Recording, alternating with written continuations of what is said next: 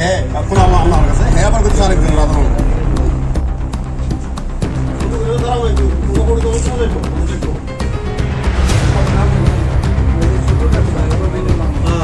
কেন কাকু এনে তো 60 টাকা আছে এনতে 100 টাকা কাকু আমি তুই যে হ্যাঁ মারছি তো হ্যাঁ নো বাড়াই তো হ্যাঁ মাইরা মুখ ফাড়া লিখছে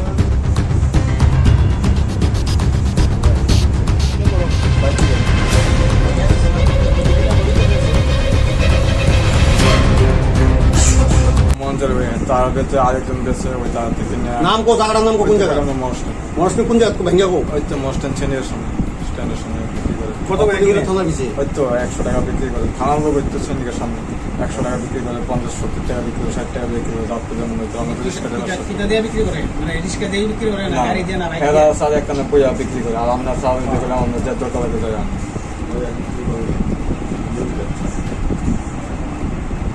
এটা যে খাইতেছে নাকি ভালো না খারাপ? স্যার খাওয়া মানে কিরকম স্যার না গাইলে আছে না অনেক সময় আমরা মানে অনেক সময় আছে না কাজ টাজ করতে পারে না অনেক সময় এটা হেলে কাজ করতে পারে এখানে কি শক্তি পারে না এনার্জি পারে?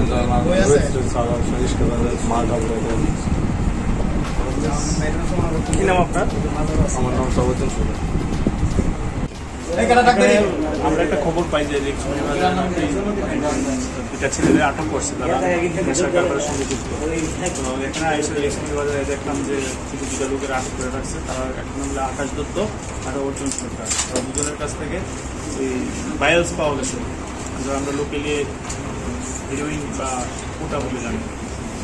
তো তার কাছে দিই তারা লোকের লোক ডিটেইন করছে। কতগুলো পাওয়া গেছে? 150 গোটা 150 কোটা। এই কি রে আস না তাদের সঙ্গে কি আর কেউ জড়িত আছে বলে কিছু প্রাথমিক ওই জোগাড় করতে তো তারপর বুকিং এর দিকে জায়গা থেকে কিনে আনছে বা খবরের কাগজ ডাক দে। আসল মালিককে আমরা খুঁজে দেখি, তাদেরকে জিজ্ঞাসা করে আসল মালিককে আমরা আটক করার চেষ্টা করি।